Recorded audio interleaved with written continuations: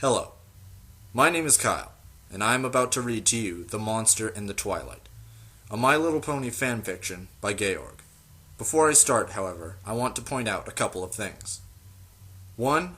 I don't have the best microphone in the world. I'm currently using the built-in microphone in my laptop, which is the only one that I currently have access to. 2. I stutter while reading sometimes. This is because I'm used to reading in my head, so my brain reads faster than my mouth sometimes. Hopefully, this will not take away from your interest in the story.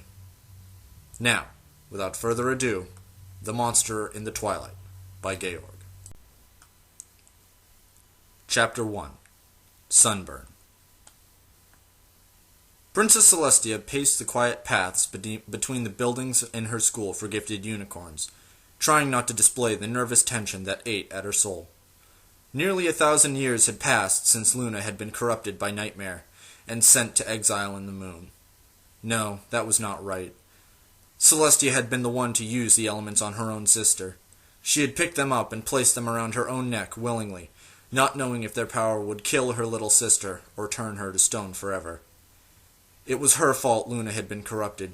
She had seen all the signs as Luna drifted farther and farther away, until it seemed as if they were on opposite sides of the planet, not simply in separate wings of the castle. 1,000 years of exile. The prophecy was very clear, although celestial bodies did not mark time in the way of mortals. Every year at the summer sun celebration, she felt a fear of uncertainty. Every night when she raised the moon, she could feel the unbroken rage and hatred of the beast locked within. The tiny touch of her sister in that dark maelstrom could easily be her own imagination. The Nightmare's return would spell the doom of not only Celestia and Luna, but for every living being on the planet. All of her precious ponies would die in darkness and ice, while the rest of the world burned. This would not be. Her gaze returned unbidden to the tower where her last dozen or so hopes for salvation were undergoing testing. The dragon's egg had been nearly impossible to obtain. Imprisoned within its unnaturally thick shell was a tiny life, much like her own sister was enfolded by the wings of Nightmare. It would take powerful yet delicate touch, even stronger than her own, to open that shell, yet save the life within. A touch that could wield the element of magic. A touch that could save her sister. Magic had rules. It lived and breathed. All of the elements would All of the elements would fight fiercely to be with the one they represented, but magic ruled them all.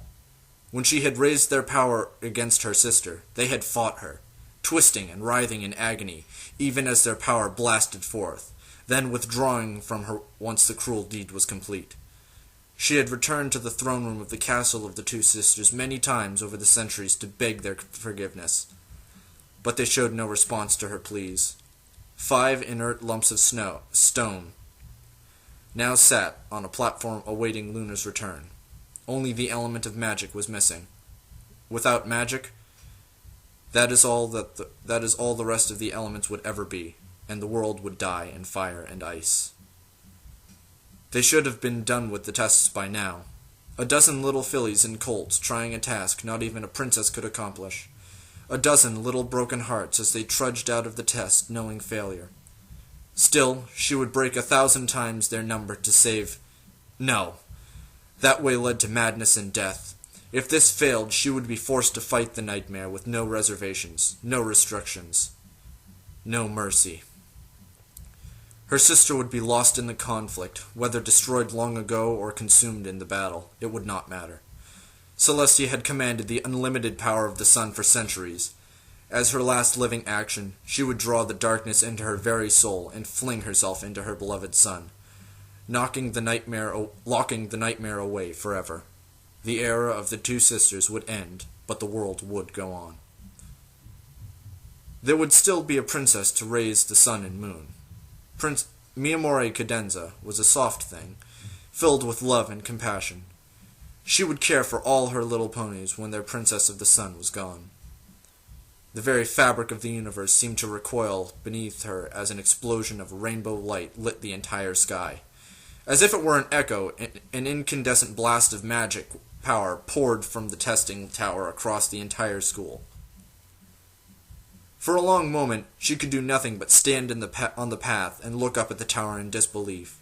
In the rain of broken glass shards around her, seeming as harmless as feathers. There was hope. A second shattering wave of magic broke over her as the dragon burst from the roof on the tower. Its green eyes whirling in confusion as the newborn mind behind them clawed for sentience.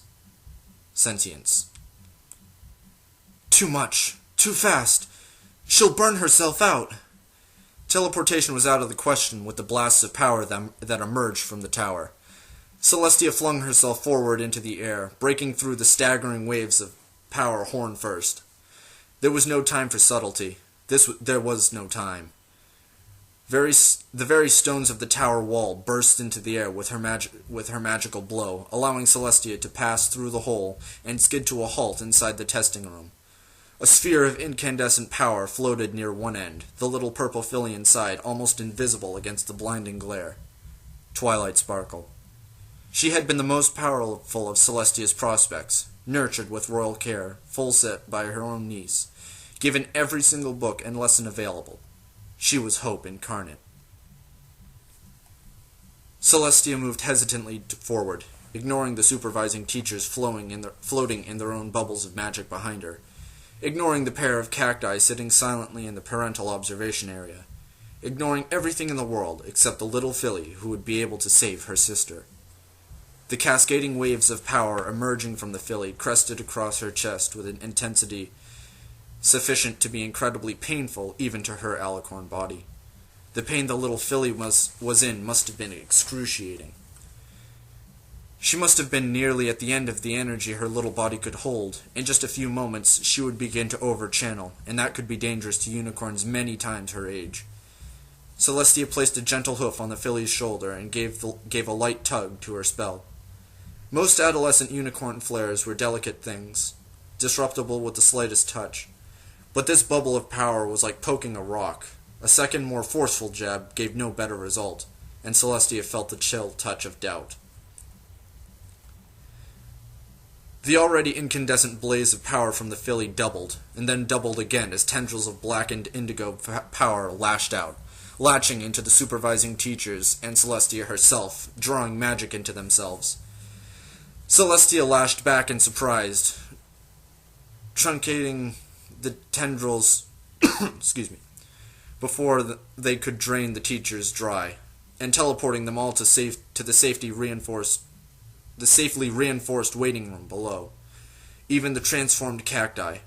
The giant dragon filling half the room shrank, dwindling as the filly withdrew its unnatural power to fuel her unimaginable flare.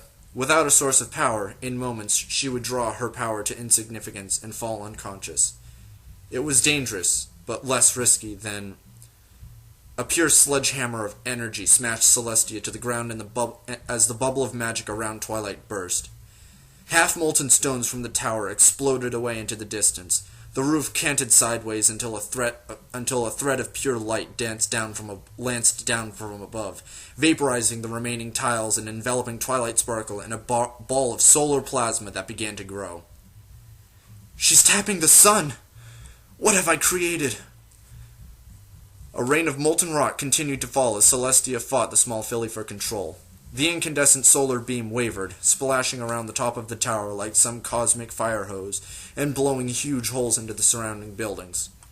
Twilight had the power, but Celestia had the millennia of experience. Bit by painful bit, the sun wrestled control back from Twilight, until in desperation the little filly reached for the blazing solar orb and pulled. The mindless scream of pain from the little filly tore at her heart. There was no intelligence in that cry, only the insane screech of power burning out neurons. A young and promising mind vanishing in a cascade of power not even an alicorn could control. Even though the resulting gush of hot plasma that swept down into the city was diffused and unfocused, she could hear panicked ponies throughout the city fleeing the streets for the temporary shelter of buildings. In minutes, the sun would fall upon the city and kill every living thing it touched except Celestia. She could feel her own power growing as the sun drew nearer, but not rapidly enough to counter the similarly growing power controlled by the screaming filly. It would be so easy to lunge forward, to drive her horn deep into the small chest and take her life, as she had done to countless soldiers centuries ago. The equation was simple. One life against the life of a city. One dead child. She was almost dead already. The power she channeled burned at her flesh like parchment in a furnace. Her mane flickered with fire, and her tail was almost gone. Celestial lunged forward, lowering her horn.